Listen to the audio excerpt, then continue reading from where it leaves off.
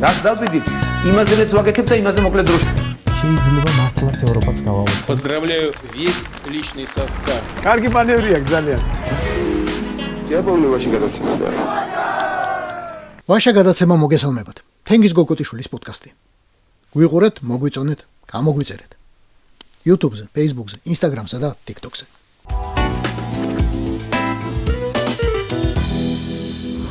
ჩვენისთანა ბედნიერი? არ დაიჯეროთ, არ ვართ ბედნიერები.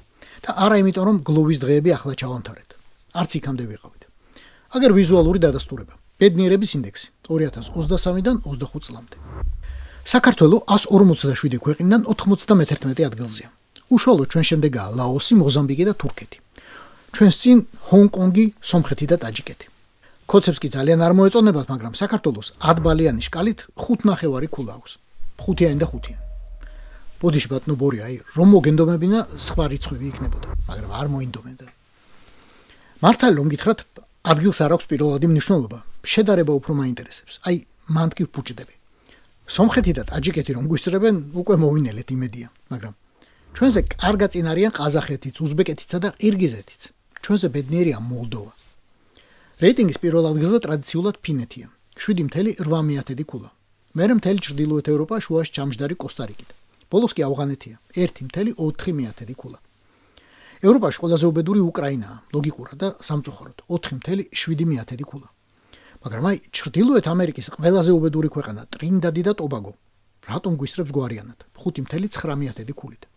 და რაღა ეგ, სამხრეთ ამერიკის უბედური სახელმწიფო ვენესუელაც კი ჩვენზე წინაა, 5.8. მაგრამ მე პირადად მაგასაც მოვინელებდი და არ ვიქნებოდი ასეთი უბედური, ჩემზე წინ ეს სულ ძაღლი იმპერია რომ არ იყოს. 5.8 ქულა და 12 ადგილი წინ. ეგ მაინც გამოვაცხადოთ სახელმწიფო სტრატეგია და მაგდენი მაინც მოვახერხოთ. დავეწიოთ და გავუსწროთ ბედნიერებით ამ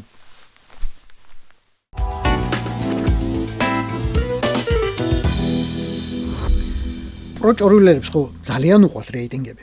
ხო, ყველაფერში ასწრებენ ევროკავშირსა და ნატოს ქვეყნებს. ხო და აგერ სომხეთმა გაგვისწრო ახლა. რეიტინგში რომელშიც ჩვენ ყოველთვის უსწრებდით. სომხეთმა ერთ წელიწადში 13 ქულა მოიპოვა და ახლა 54 ქულა აქვს. ჩვენ 51. საქართველოს 25 წლის თავისუფლების რეიტინგში დაკარგა 4 ქულა და მიზეზიც აქვეა, კვლევაში. დემონსტრანტებს დაუპირისპირდა პოლიციის არაპროპორციული ცალა და სისასტიკე, ფიზიკური თავდასხმა, შეურაცხყოფა, კანონის სახელით შეზღუდვა, რომელთა მიზანია საზოგადოებრივ საქმეებში პარტიებისა და სამოქალაქო საზოგადოების მონაწილეობის დაზიანება. კიდევ გინდათ რეიტინგში ჩამოქვეითების მიზეზები? კიდევ არის. ხმების ყიდვამ და დაშინებამ გავლენა იქონია არა მხოლოდ არჩევნების შედეგზე, არამედ იქცა არჩევნების უფრო მასშტაბური გაყალბების პირველ ნაბიჯად. 2018 წლის საპრეზიდენტო არჩევნებს, თუმცა მშვიდობიანი იყო, მოყვა სამდო ცნობები კამპანიის უკანონო დაფინანსების, გავლენიანი პოლიტიკური ელიტების მიერ ხმების ყიდვისა და დაშინების შესახებ. ნოემბერში დანიშნულ არჩევნებამდე, რამდენიმე დღით ადლე, საქართველოს უმდიდრესი ადამიანისა და მართველი ქართული ოცნების დამფუძნებლის ბიძინა ივანიშვილის ფონდი 600.000 ამორჩეველს ვალების ჩამოწერას დაპირდა. მას შემდეგ ქვეყნის არჩევნებს უფრო მძიმე პრობლემები გაუჩნდა, მათ შორის სახელმწიფო რესურსების ბოროტად გამოყენება, ფიზიკური დაშინება, ძალადობა, პოლიტიკური პარტიების ბოიკოტი და საარჩევნო ბიულეტენების ფარულობის დარღვევის საფრთხე. საკმარისია?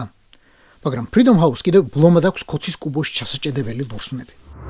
განათლების სისტემაზე ქართული ოცნების პოლიტიკური კონტროლის დამყარების მცდელობის ფარგლებში მთავრობის მიმართ კრიტიკულად განწყობილი პროფესორები სამსახურიდან გაათავისუფლეს. ქართული ოცნების მთავრობამ ოპოზიციის წინააღმდეგ საპარლამენტო კომისია დააარსა და გადაჭარბებული ან გაყალბებული ბრალდებები დააპატიმრა ისინი, ვინც უარი თქვა მონაწილეობაზე. ამ ნაბიჯებმა 4 ქული დააქვეითა საქართველო, რაც ევრაზიის რეგიონში ყველაზე დიდი უკუსლაა. ხოცისთვის არც პირველი უკუსლაა და თუ კიდევ დარჩა სკამზე არც უკანასკნელი. მაგათი შუბლის ზარღვა გაწყვეტილობა, უბრალოდ შუბლის ზარღვის არ ქონა რომ ვიცი, კიდეც იამაყებენ, ნახეთ ევრაზიაში ყველაზე მაგრები გამოვდექითო. ცუდ საქმეში მართალია, მაგრამ პროჭორულელი მაგას ასდაგიდევთ. თუმცა ანეკდოტი ისაა, რომ ამ გეოგრაფიულ ზონაში ნამდვილი წინსვლა, მდგომარეობის გაუმჯობესება აქვს აფხაზეთს. თუმცა Freedom House-ი აღარ ხსნის ასე როგორ გადემოკრატიულდნენ გადედემოკრატიულები.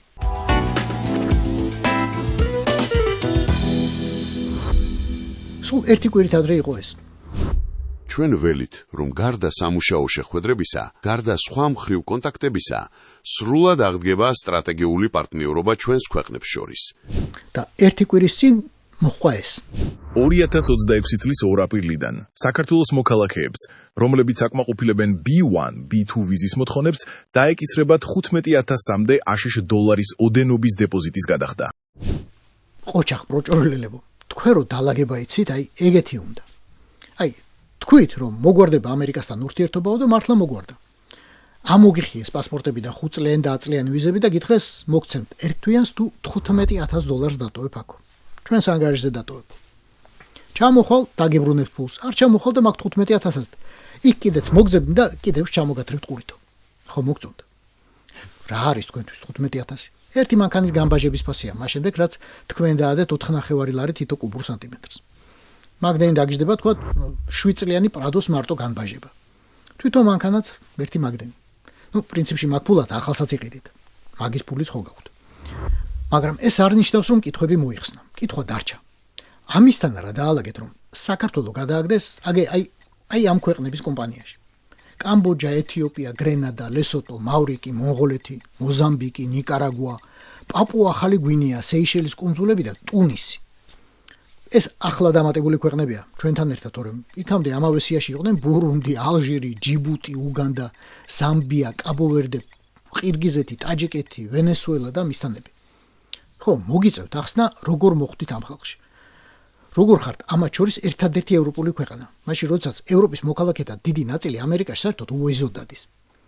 რატომ ჩასვარეთ ასე ქვეყანა, რომელსაც სტრატეგიული პარტნიორობა ჰქონდა შეერთებულ შტატებთან, სტრატეგიული, დოკუმენტურად გაფორმებული და ამოქმედებული. ჩვენ ქართულ მეგობრებს უთხრათ, რომ თქვენ გვერდით გავართ.